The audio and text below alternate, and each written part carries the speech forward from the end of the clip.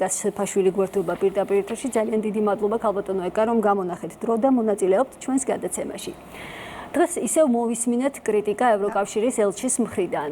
კვირის განმავლობაში ასევე განხილვის ერთ-ერთი აქტიური თემა იყო EUTOS საპარლამენტო ასამბლეაზე მიღებული დეკლარაცია.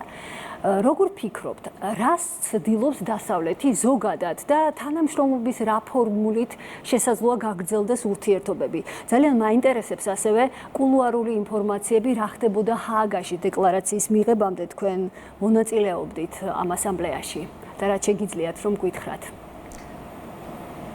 ნატა მოგესალმებით, მივესალმებით ჩვენს ტელემაყურებელს. პირველ რიგში მინდა გამოვეხმაურე პაվել ხარჩენსკის განცხადებას, რომელიც ისევ და ისევ გამოირჩევა საქართველოსადმი უსამართლო მიდგომით და უსაფუძვლო კრიტიკით. იგი ამბობს, რომ ევროკავშირისაკენ მიმავალ გზაზე მყოფ სახელმწიფოებს შორის საქართველო არ არის. რაც არის აბსოლუტური სიცრუე, იმიტომ რომ საქართველოს ევროკავშირში ინტეგრაციის პროცესი ერთი დღითაც არ შენელებულა. ყოველდღიურ რეჟიმში საქართველო ახორციელებს ასოცირების, შეთანხმების, სხვა პუნქტების და მუხლების შესრულებას და სწორედ ეს არის ევროკავშირში ინტეგრაცია და არა ისეთი გადაწყვეტილებების მიღება, რომელიც პირველ რიგში ეწინააღმდეგება ქვეყნის ინტერესებს და ამავე დროს ეწინააღმდეგება ევროკავშირის სადამფუძნებლო პრინციპებსაც. მე პირველ რიგში ამაში გულისხმობ გამჭირვალობის კანონს და იმ ღირებულებების წინააღმდეგ მიმართულ ევროკავშირის ცდილობებს, რომელსაც ჩვენ დავუპირისპირეთ, უბრალოდ რომელიც ჩვენ ავსახეთ ოჯახური ღირებულებების კანონში. თუმცა ეს არის ყველაფერი იმ საერთო დღის წესრიგის ნაწილი, რომლის ერთ-ერთი გამოვლენა ჩვენ ვიხილეთ ჰააგაში EUTOS საპარლამენტო დელეგაციის მიერ მიღებული დეკლარაციის სახით. ამ ეტაპზე პირველ რიგში მინდა აღვნიშნო, რომ თუ ვინმე არ ღვევს დემოკრატიის პრინციპებს და თუ სადმე შეინიშნება დემოკრატიული უკუსვა, ეს არის სწორედ ევროკავშირი, რომელმაც შეწყვიტა საქართველოსთან პოლიტიკური დიალოგი 2024 წლის ივნისში და ეს სწორედ არის დემოკრატიის თვალსაზრისით უკან გადადგმული ნაბიჯი.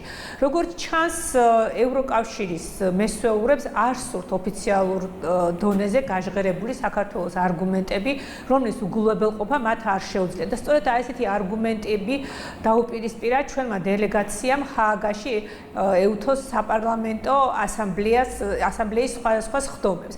და სწორედ აი ამ ჩვენს მიერ გაჟღერებული განცხადებების შედეგი იყო, როდესაც ეს უსამართლო დეკლარაცია მიიღო ჰააგაში ჩატარებულმა საპარლამენტო ასამბლეამ. აი ამის შემდეგ ჩვენი დელეგაციის თითოეულ წევრთან ჯერ ერთად, რამდენიმე ერთად, ზოგჯერ ცალ-ცალკე იყო სხვადასხვა ქვეყნის წარმომადგენლების მოსვლა და გარკვეული მობოდიშებასავით, რომ აი ჩვენ სხვა გზა არ ქონდა, ეს იყო ჩვენი პოლიტიკური, ასე ვთქვათ, დაკვეთა და სხვა გამოსავალი ჩვენ არ ქონდა.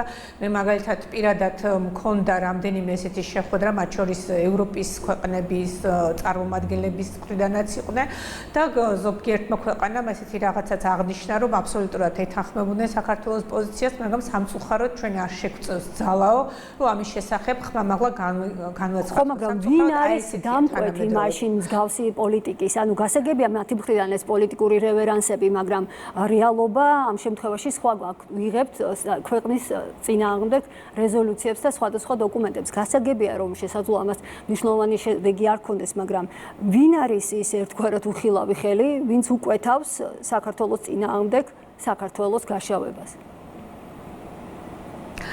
ჩვენი ოპონენტები ამ თემას ხშირად საქილიკოთ იყენებენ და არ სჯერათ იმ გარკვეული გლობალური დაჯგუფების არსებობისა, რომლებიც სწორედ წარმართავს ასეთ პროცესებს. ჩვენ ამას თავის დროზე გარკვეულ დროს გლობალური ომის პარტიას უწოდებდით, იყო ასე ვთქვათ deep state-ის სახელწოდება და ასე შემდეგ. არ აქვს მნიშვნელობა, რას დავარქვევთ და რას ვუწოდებთ აი ამ გარკვეულ გლობალურ ძალებს, რომელთა ინტერესებში არის სწორედ საქართველოში მარიონეტული მთავრობის მოსვლა, რომელიც აი ამ გლობალური ინტერესების სასარგებლოდ იმოქმედებს და ხშირად ეს სასარგებლოდ მოქმედება აი ამ ბოლო პერიოდში, განსაკუთრებით 22 წლის თებერვლიდან მოყოლებული, ნიშნავს საქართველოს ეროვნული ინტერესების წინააღმდეგ ბრძოლას. აი აქ მართველი ერთი ხელი და საერთო კოორდინაცია ძალიან იოლად შეინიშნება. იგივე თუ განვიხილავთ ჯო ვილსონის მიერ დაინიცირებულ რეზოლუციას, რომელიც თავიდან ბოლომდე იმეორებს იმ ტექსტებს, რომელიც აქამდე ვიხილეთ ევროპარლამენტის არაერთ რეზოლუციაში, აგრეთვე პასეს რეზოლუციაში რეზოლუციაში, ანუ ერთი და იგივე ტექსტები მეორდება ყველგან.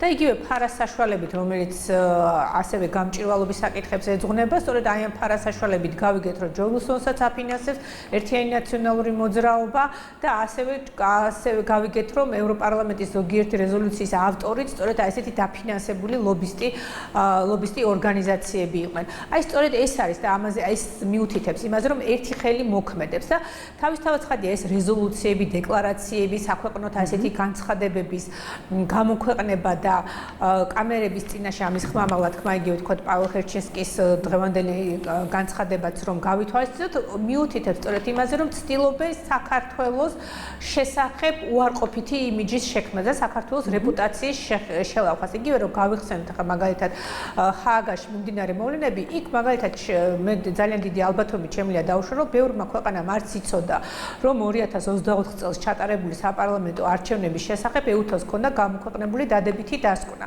იმიტომ რომ აი ამ პერიოდების განმავლობაში იმდენად ხშირად ისმის საქართველოს წინააღმდეგ ასეთი განცხადებები, რომ შეიძლება ისეთმა პოლიტიკოსებმა, რომლებიც ღრმად არ არიან ჩართული საკითხში და მაინდამაინც ყოველდღიურად არ ადევნებენ თვალს საქართველოში მიმდინარე მოვლენებს, რომ შეიძლება არც ახსოვდეთ და როდესაც ჩვენი განვაცხადეთ აი ამ ყველაფრის შესახებ და არა მარტო ამის შესახებ ძალიან ბევრ გარემოებაზე მიუთითეთ, რომელიც მათ საწინააღმდეგოდ მოქმედებდა, იგივე მოსკოვის მექანიზმის ანგარიშზე, რომელიც თავდაპირველად დაინიცირებული იყო უმრავლესობის ნების საწინააღმდეგოდ, ანუ 34-მა ქვეყანამ ხმა არ მისცა ამ მექანიზმის შექმნას და თვითონ ეს ანგარიში დაწერილი იყო 200 გვერდიანი ანგარიში 2 დღეში და თვითონ ამ ანგარიშის ავტორმა აღნიშნა, რომ მას დრო არ ჰქონდა და ასევე ხაზგასმით მინდა აღნიშნო, რომ საქართველოს მხარემ ხელმძღვანელობამ EUTO-შიც გადააგზავნა აი ამ არგუმენტების გასაბათილებად, ანუ მათ მიერ მოყვანილი არგუმენტების კი არა, უბრალოდ ბრალდებების გასაბათილებლად არგუმენტები და ფაქტები და ასევე აი ამ ქალბატონის საქართველოში ვიზიტის დროსაც მას ჰქონდა საშუალება შეხვედროდა ყველა იმ პირს და იმ ხელმძღვანელ პირს, ვისაც შეეძლო ღირებული ინფორმაციის მისთვის მიწოდება. გასაგებია. და ჩვენ რა ვიხილეთ, რომ არც ერთი ამ ინფორმაციის გათვალისწინება არ მოხდა არსად. ანუ აი ესეც კი აი ამის შესახებაც რა თქმა უნდა ინფორმაცია არ ქონდა. აი როდესაც კულუარებში და ასე ვთქვათ კამერებს მიღმა და მიკროფონების მიღმა ხდებოდა საუბარი, ძალიან ბევრმა იგივე სხვადასხვა ქვეყნების წარმომადგენლებმა პირადად მე მითხრეს, რომ ძალიან კარგია, რომ საქართველოს ხმამაღლა აფიქსირებს თავის ამ პოზიციას, თავის ამ არგუმენტებს და მოყავს უცილობელი ფაქტები. და ეს ისე არ არის, როდესაც ამბობენ, რომ რა აზრი აქვს, ასე ვთქვათ, თქმას, ან რა აზრი აქვს ამ ფაქტების გაჟღერებას, ძალიან დიდი აზრი აქვს, სწორედ თუნდაც იმიტომ, რომ საქართველოს ბრძოლა არის სამაგალითო ყველა სხვა ქვეყნისათვის და მე ამ საპარლამენტო ასამბლეის დროს არა, მაგრამ სხვა ასეთი შეკრებების დროს ძალიან ხშირად პირადად მქონია ესეთი შემთხვევა, როდესაც მოსულან ჩემთან სხვადასხვა ქვეყნის ძალიან მნიშვნელოვანი ქვეყნის წარმომადგენლები და უთქვათ, რომ ყოჩახ საქართველო, კარგად იგრძით მოგწოს თქვენი ბრძოლა, თქვენი ასეთი სიმამაცე, თუმცა იგივე პირი მე მინახავს მიკროფონთან, რომელიც აბსოლუტურად საწინააღმდეგოს აცხადებდა ხმამაღლა. აი სამწუხაროდ აი ესეთი სოფლიოს მოწმევა ჩვენ, სადაც საერთაშორისო წესრიგი და საერთაშორისო სამართალი თავის სიმაღლეზე არ დგას და ამასთან გამკლავება პირველ რიგში და ყველაზე აქტიურად ამ ეტაპზე საქართველოს უწევს, სწორედ იმიტომ, რომ არ ასრულებს აი ამ გლობალური ძალების დაკვეთას, რაც არამც და არამც არ შედის ჩვენს ინტერესში. ფაქტია, ჩვენ ვნახეთ და თქვენც აღნიშნეთ ეხლა, რომ EUTO უდირმა საკუთარ დასკვნაზე თქვა უარი, როცა ეს ბოლო დოკუმენტი დაამტკიცა. ამ დაუშვათ ამ დოკუმენტით პრაქტიკულად წერტილი დაუსვა საკუთარ სადამკვირვებლო მისიის ავტორიტეტს. აი როგორ ფიქრობთ, როგორ უპასუხებს EUTO საპარლამენტო ასამბლეა ბრალდებებს, რომ საქართველოს მიმართ გამოქვეყნებული ორმაგი სტანდარტები აზიანებს როგორც ორგანიზაციის მიუკერძოებლობას, მის რეპუტაციას, ისე ნდობის გადაწყვეტილებების მიმართ ჩნდება ასევე შეკითხვები. რატომ გეკითხებით, იცით, აი რადიკალებმა უკვე ერთგვარი ფონი შექმნეს საკუთარი განცხადებებით, რომ შესაძლოა მომავალ არჩევნებზე ავტორიტეტული ორგანიზაცია აღარ მოიწვიოს მმართველმა გუნდმა არჩევნების დასაკვირვებლად. აი როგორ ფიქრობთ, ამ ფონის შექმნაც რისთვის სჭირდება და ხომ არ არის ეს გარკვეულწილად აი ორკესტრირებული ქმედება? რა თქმა უნდა, ეს ორკესტრირებული ქმედება და პირველ რიგში ეს დეკლარაცია ემსახურებოდა სწორედ ქვეყნის შიგნით აი ამ რადიკალური ოპოზიციის ძალებისათვის სწორედ დღის წესრიგის შექმნას, იმიტომ რომ მათ თავიანთი დღის წესრიგი არ გააჩნიათ და მათი ბრძოლა სწორედ აი ესეთ განცხადებებზე და ასეთ დეკლარაციებს ეფუძნება. თუმცა მე რაც ნახე იქ თვითონ საპარლამენტო ასამბლეის გენერალური სამდივნოს წარმომადგენლებიც ისე იყვნენ შეშფოთებულები, რომ მე დიდი იმედი მაქვს, რომ ისინი მომავალში ცოტა უფრო მეტი ყურადღებით მოეკიდებიან მსგავსი უარგუმენტო და მსგავსი ტყუილების ასახვას საბოლოო დეკლარაციაში. მე ხმამაღალი განცხადებითაც მოუწოდე ყველა მონაწილეს, რომ ამისათვის მეტი ყურადღება მიექციათ და მეტი სიმართლე და მეტი მიუკერძოებულობა გამოუჩნდება. წინააღმდეგ შემთხვევაში ეუთოს საპარლამენტო ასამბლეაც გაიზიარებს იგივე ბედს, რაც გაიზიარა საქართველოში ევროპარლამენტმა და პასე, როდესაც საქართველოში მათ არანაირი ავტორიტეტი არ აქვს და მათი უკვე რეზოლუცია თუ გადაწყვეტილება ნებისმიერ უკვე ქართულ ხალხს აბსოლუტურად არ აინტერესებს, იმდენად შებრალულია მათი რეპუტაცია. რაც შეეხება არჩევნებზე ეუთო ოდირის დამკვირვებლად მოწვევას მომავალ ალბათ ასე 2 წლის შემდეგ, მე ვფიქრობ, რომ ისინი თუ მოახერხებენ შეინარჩუნონ მიუკერძოებლობის და ობიექტურობის რეპუტაცია და არ შებრალავენ თავიანთი ქმედებებით აი ამ თავიანთ რეპუტაციას, რა თქმა უნდა, აზრი ექნება მათ დაკვირვებას არჩევნებზე.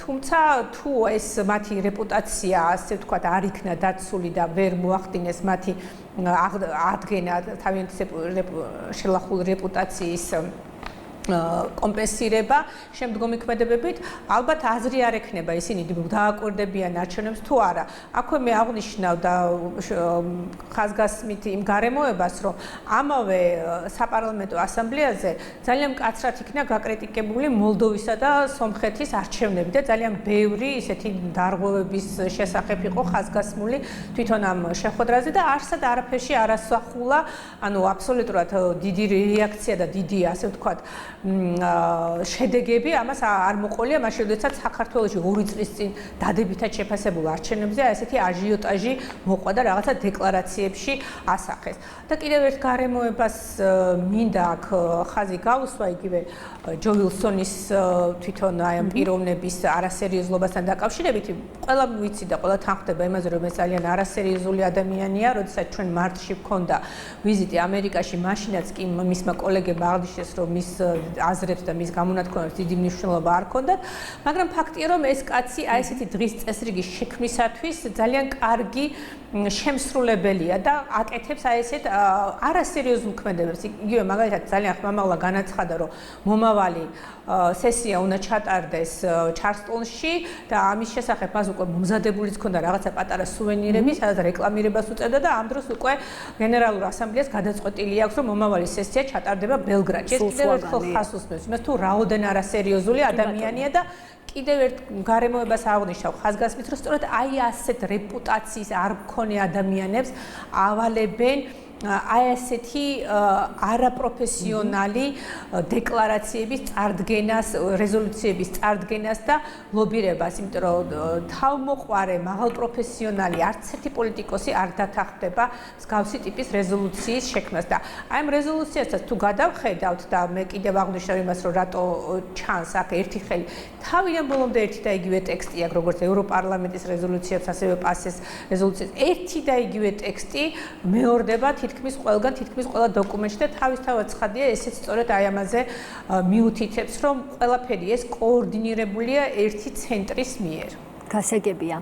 ძალიან დიდი მადლობა ჩვენს ეთერში ეკა სეფაშვილი, ხალხის ძალის საერთაშორისო მდივანი საუბრობდა.